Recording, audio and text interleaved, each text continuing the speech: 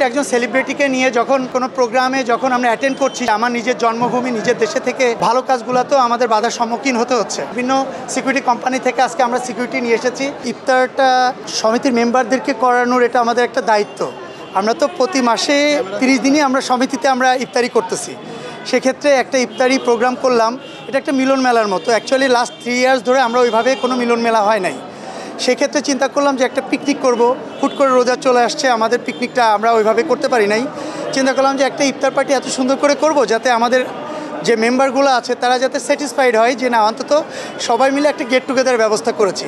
সেই সুবাদে আমরা প্ল্যান করলাম যে আমরা সুন্দর একটা গেট টুগেদার উইথ আমাদের যে ইফতার পার্টি সাথে দোয়া মাহফিলের একটা আয়োজন করব। সারাদিন আমরা কোরআন খতম করেছি এখানে। আমাদের এর আগে আমাদের শুধু আমরা শিল্পী সমিতি না, আমাদের এফডিসি কেন্দ্রিক যারা এর আগে যারা আমরা হারিয়েছি, যেসব সিনিয়রদেরকে হারিয়েছি, তাদের আত্মার মাগফিরাত কামনা করে আমরা দোয়া করেছি।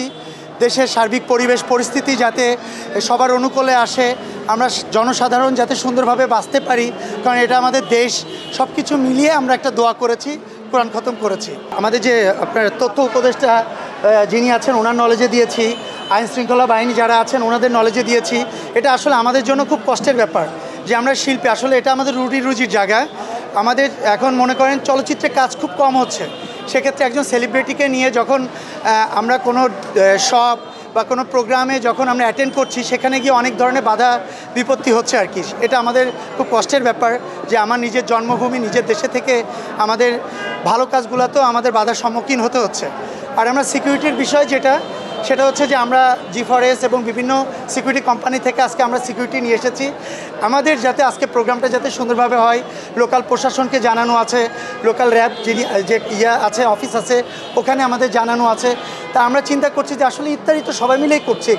এখানে কোনো শিল্পী নাই, জনমত নির্বিশেষে এফডিসি কেন্দ্রিক যারা আছেন সবাই মিলে একটা ইফতার প্রোগ্রাম করতেছি। এটাতে আমার মনে হয় না কারোর বাধা দেওয়ার কথা বা কারোর কষ্ট পাওয়ার কথা।